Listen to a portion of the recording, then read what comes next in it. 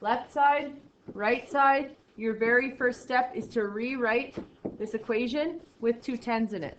So I go 1 minus sine squared 210 degrees. And then sine 210 degrees, cos 210 degrees, cotan 210 degrees. That is 2100. Make sure you have degree symbols or you have a radian sitting on your page. And if you're like, oh, they would know if I had a degree. It's still not perfection, so you will lose marks. Okay? So, on this side, I'm going to get 1 minus sine at 210. What is sine of 210? What's y at 210? Negative 1 over 2. And I have to square it. So I get 1 minus 1 over 4. Because you square the negative, becomes positive, square the 1, it's a 1, square the 2, it's a 4. And then I get 4 over 4 minus 1 over 4, which is 3 over 4.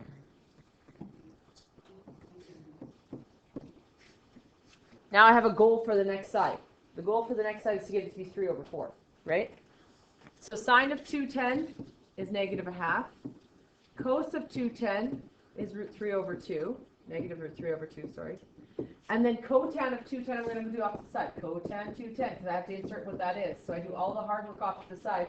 If not, you have all this hard fraction work embedded in your question, which makes it way harder, right? So I go off to the side and I find my 210. I show all the work so they see I know what I'm doing. I do it off to the side. So cotan of 210 is cos of 210 divided by sine of 210. Cos of 210 is negative root 3 over 2. Sine of 210 is negative a half. So I get negative root 3 over 2 times 2 over 1, negative 2 over 1. So I get root 3. And because I'm doing fractions, I'm going to write it as root 3 over 1. Now I have multiplication, multiplication, multiplication. When you're multiplying fractions, you multiply numerators all together, denominators all together. You only multiply across when it's across an equal sign. You know, some people try and cross multiply. It has to be across an equal sign in order to cross multiply. There's no equal sign. So it's numerator, numerator, numerator, denominator, denominator, denominator. So I'm going to get negative 1 times negative root 3 is positive root 3 times root 3 is 3. 2 times 2 times 1 is 4. Wow, they match. So then down here I go LS equals RS. Make sure you have that. Left side equals right side. The next one we're going to work a little together because it has the 2 in front and people don't know how to deal with that. Okay? So this one, I'm going to have LS, RS, and then I'm going to have tan of 7 pi over 6. And then on this side I have 1 minus cos of 2 pi over 6. It's 2, times 7 pi over 6. And I'm going to put the 2 over 1 because when we multiply fractions, people get a little confused. And then on the bottom, I have sine of 2 times 7 pi over 6, which I'm also going to put over 1.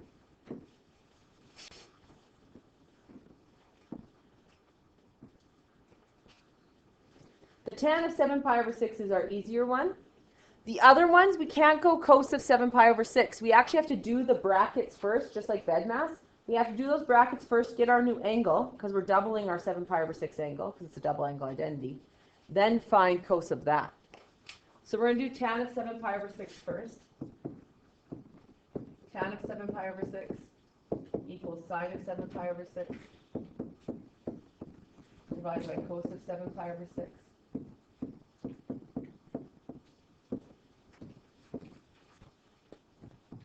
So I get, this is 210 again, just in radian mode. So I get negative 1/2 divided by negative root 3 over 2. I get negative 1/2 times negative 2 over root 3. The 2's cancel, and negatives cancel, and I get 1 over root 3, and then I rationalize. multiply by root 3's, and I get root 3 over 3. So I don't do any work here. I show it off to the side, and I come back and say tan 7 pi over 6. Okay, well, that's root 3 over 3. I'm going to hope to get the other side to be that. So I need to find cos of 2 over 1 times 7 pi over 6. So I'm going to do that off to the side. So I need cos of 2 over 1 times 7 pi over 6. Well, I have to do this math first before I actually get an angle. I don't have an angle right now. I have a 2 over 1 times 7 pi over 6 angle. I don't know what that is. So I have to do some math to get it so that I do know what it is. So it's cos of 14 pi over 6. Can that reduce? Cos of what? 7 pi over 3. To help us out, if we want, we can convert that to degrees. How would we convert 7 pi over 3 to degrees? I need a degree symbol. So am I going to put the 180 on the bottom or the 180 degrees on the top? Top. I need a degree symbol out at the end. And when I type that in, I get 420 degrees. Could you have kept it in 7 pi over 3 and just subtracted 2 pi and stayed in radians? Absolutely. Totally could. I do not care as long as you all landed 60 or pi over 3. Okay? So 420 is too big, but we could just spin our circle around, right? So I would take your circle, start at 0, and then spin it around. So you spin it a full rotation. So if you're here, you're taking your spinner, you're spinning it to 180, 270, to 360. Then how much more do I need to go to get to 420? 60 more. So it's just the 60 arm, right? It's the same spot. 360 plus another 60 gets me to 420. Do you know what I'm saying? Yeah? So I'm looking for cos at 60, technically. What is cos at 60? A half. So I can go up here and I can go 1 minus a half divided by, and I write them sideways because the moment I get a fraction, I'm never stacking them.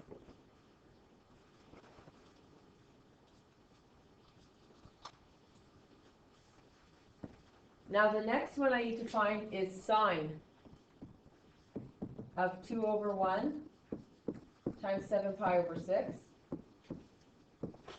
which is sine 14 pi over 6,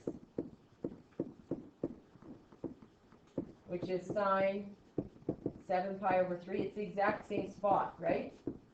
Which is sine of 420 if you want to change it to degrees. It's the exact same spot, but now we're taking the y. What is the y at 60? Root 3 over 2. Because all that 2 does is double your initial angle, right? So 7 pi over 6 was our initial, which is 210. Then I doubled it, so I went to 420. That's all that 2 does. Just takes whatever angle you have and doubles it. That's it. Times it by 2. Multiplies it by 2. So here I'm going to get divided by root 3 over 2.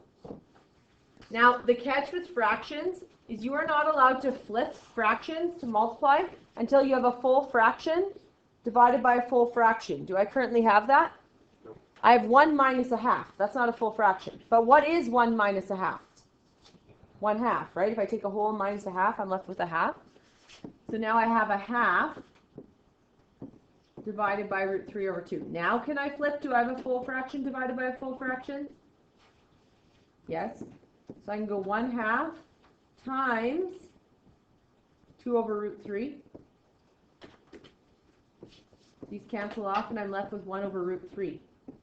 So had I actually left that 1 as 1 over root 3, they would match. But I didn't. I rationalized it. So now I have to keep going to rationalize it. You know what I'm saying? If I would have left it as 1 over root 3 back here and just placed that in, I'd be done right now. But I didn't. I chose to rationalize. So since I chose to rationalize, these do not match currently. Remember, like my 9-year-old daughter has to be able to look at your answers and say they look the exact same. She knows nothing about radicals. So to her, it's a picture. It's an image, right? This image has to look the same as this image. If they don't, you can't say left side equals right side. If my 9-year-old daughter cannot look at them and say this image looks like this image, you are not done. You must keep going. So I get root 3 over 3. Now would my kids say, this image looks like this image? Yes. And then we can go LS equals RS. So unless a small child cannot say that your image can say your images look the same, you are not done. You know what I'm saying? Do you understand that? I need you to understand that because people will leave 1 over root 3 and root 3 over root 3 and say, oh, they're the same. LS equals RS. Nope. They are not the same. They do not look the same. It has to be an image, same image. Small child has to be able to look at it and say they look the same. All right? Okay.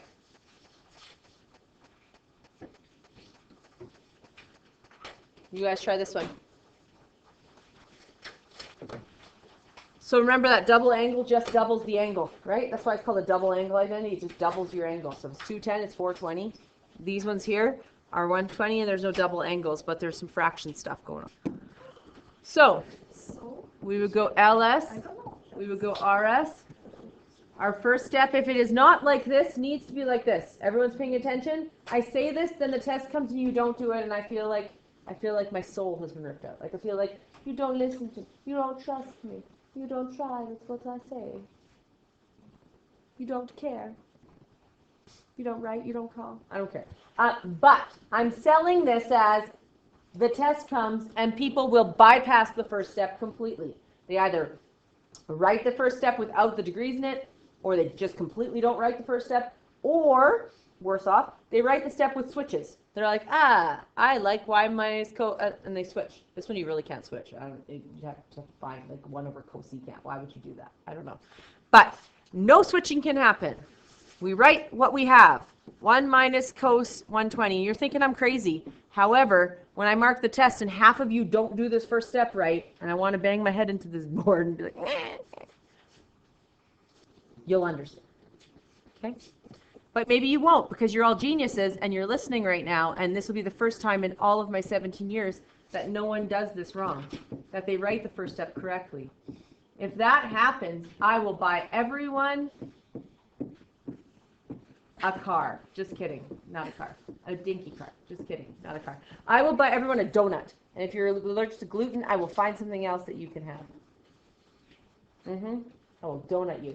If every single one of you on the test has the first step right, I don't care if the rest is all garbage. The first step right, and then you go to numbers in the next step, donuts from Safeway. I could get a donut from Tim Hortons, but they're not as good. Have you had donuts from Safeway? Have you? They're the best donuts. They really are. You should try it out if you like a donut. Yeah. Maybe I'll travel to, if only there was a Krispy Kreme here. I would travel and get you a Krispy Kreme if you did the first step right. That's how much first step is important.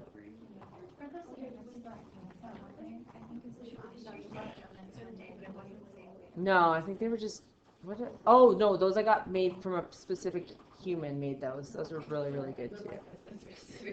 I don't want to put the specific human's name on it. Okay, so I have 1 minus, what is cos at 120?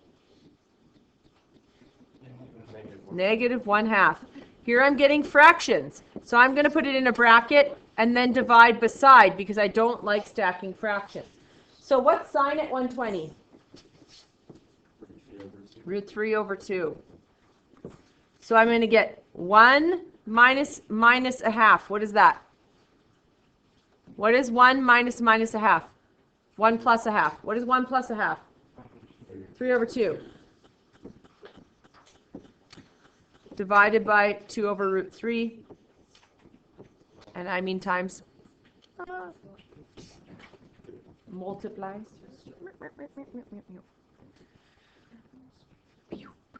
All right. And I get 3 over root 3. Now what I learned from the last one is that maybe I'm going to wait to rationalize. You know? Maybe the next one will just be in this form and I rationalized for extra work. Maybe. Maybe, you know? I'm going to wait it out. All right. Sine of 120. What's that? Root 3 over 2. And it's a fraction, so I'm going to go divided by 1 plus what's cos of 120? Negative 1 over 2. Negative 1 over 2. So then I'm going to get root 3 over 2 divided by, can't flip it until I have a full fraction. What's 1 plus a negative a half? A half. So then I'm going to get root 3 over 2 times 2 over 1. Dag nabbit, it's root 3. Yeah. Dag nabbit. All right, so then I have to rationalize this one. So I'm going to multiply by root 3, multiply by root 3, and I get 3 root 3 over 3. Those 3's cancel, and I'm left with, oh, this is even better when this happens on the test. It is not. It makes my blood boil. You guys write left side equals right side at this point. Would my 9-year-old say, this looks like this? No, she would be like, what are you talking about, people? That doesn't look anything like that. And you'd be like, well, they know. That's always the comment to me. They know that that's root 3, so I don't have... No, they don't. You have to treat the person like they're dumber than a post, and they don't know. So you have to go one more step. Root 3, root 3. Now, would my 9-year-old say those match? Yeah, borderline genius 9-year-old. She couldn't have told you that. Yeah, she's got all of her math facts memorized. All from 1 to 12 multiplication facts in grade 3. Basically a borderline genius. That's what I'm going to call her. And she would not know those are the same. Borderline genius. Yeah. Her name is London. Borderline genius. Lepp. Just kidding. Okay, so what do you have on Wednesday? A unit test. Yes, you do. What's on that unit test? Polynomials, and those of you saying nothing or shaking your head or scaring me, you're scaring me right now. Polynomials and chapter 4, right? Polynomials and chapter 4. So, what would be good to study this weekend? Polynomials in chapter 4. I was recording.